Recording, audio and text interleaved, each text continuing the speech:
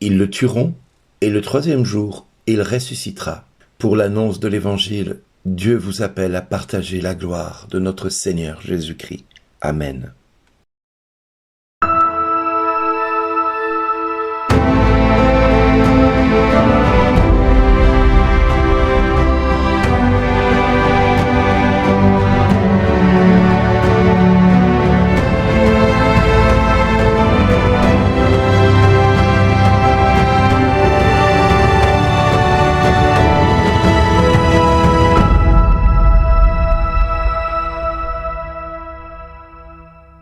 Aujourd'hui, le message vous est adressé par Bernard Dill. Bonjour les amis, l'évangile de ce jour nous propose de comprendre que pour Matthieu, qui est l'auteur, qu'ils étaient tous réunis en Galilée.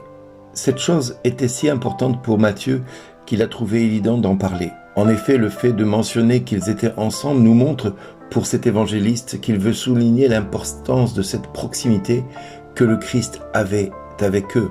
Puis il va, par exemple, pendant cette occasion, Jésus ouvrir son cœur pour leur confier le chemin de sa passion, de sa mort et de sa résurrection. Et effectivement, quand nous avons des amis, nous leur cachons rien, nous leur disons ce que nous vivons, nous leur parlons de ce que nous traversons comme événement ou que nous allons traverser comme événement. Et ce sentiment qu'il porte au fond de son cœur et qu'il ne veut pas que ceux qu'il aime soient dans l'ignorance et puissent plus tard être désemparés, Jésus trouve essentiel pour lui de leur en parler. Après, ce texte signale l'épisode du paiement des taxes et des impôts.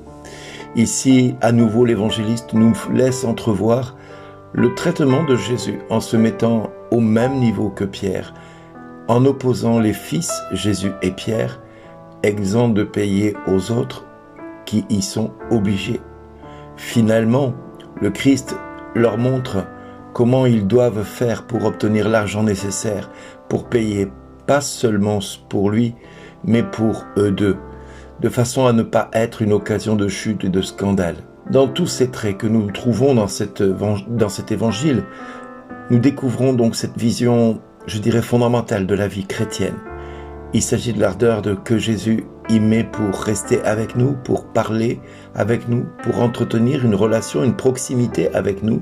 Le Seigneur dit du reste dans le livre des Proverbes, « Trouvant ma joie dans les fils des hommes ». Eh bien oui, à noter que cette phrase peut changer cette réalité de notre approche spirituelle avec le Christ, sur laquelle souvent nous ne plaçons aucune attention, alors que par contre nous tendons à mettre tout l'accent sur ce que nous faisons, comme si c'était cela le plus important. Or, ce n'est pas sur ce que nous faisons qui est le plus important, c'est sur le fait que Jésus se tient tout près de nous.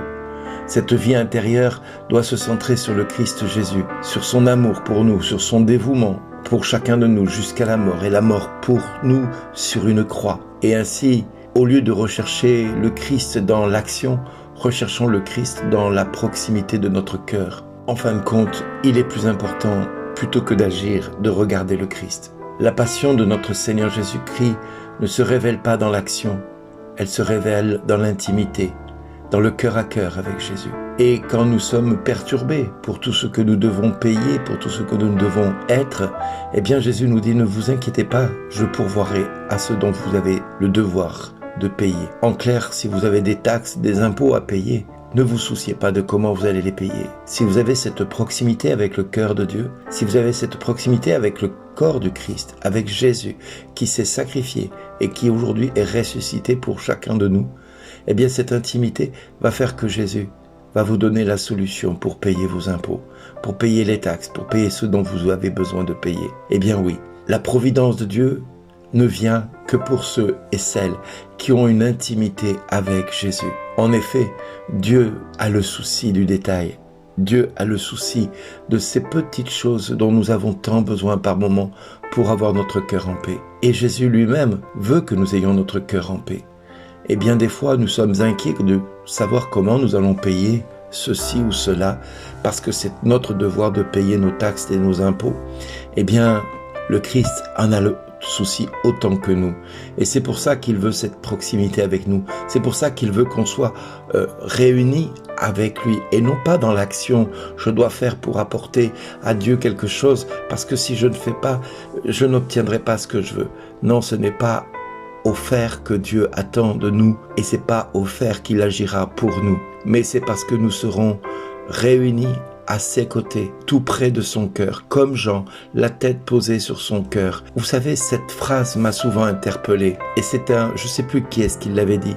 Il n'y a d'intimité avec Dieu qu'à partir du moment où nous consacrons tout notre temps à penser qu'à lui. Eh bien oui, il n'y a d'intimité avec notre Seigneur Jésus que toutes les fois où nous allons donner du temps, où nous allons consacrer du temps pour notre Seigneur. Cette intimité ne vient qu'à ce moment-là. Alors oui, mes amis, aujourd'hui, prenons le temps de créer un lien d'intimité avec lui. Retournons de tout notre cœur vers lui. Recherchons sa face, recherchons son cœur à cœur et vivons dans ce cœur à cœur l'intimité qu'il nous pousse à avoir pour pouvoir recevoir de lui tout ce dont nous avons besoin au quotidien. Et lui, jour après jour, viendra pourvoir largement à ce dont nous avons vraiment besoin et le devoir d'assumer. Ne soyons inquiets de rien. Cherchez d'abord le royaume de Dieu et sa justice, et tout le reste vous sera donné par surcroît. À quoi ça sert de s'inquiéter pour le lendemain? Le lendemain se souciera de lui-même. N'oubliez jamais cette phrase, parce que Dieu veut que votre joie soit complète et que vous ayez la paix en abondance. Alors, à chacun, entendez cette phrase et comprenez ce qu'elle veut dire pour chacun de vous. Merci d'exister.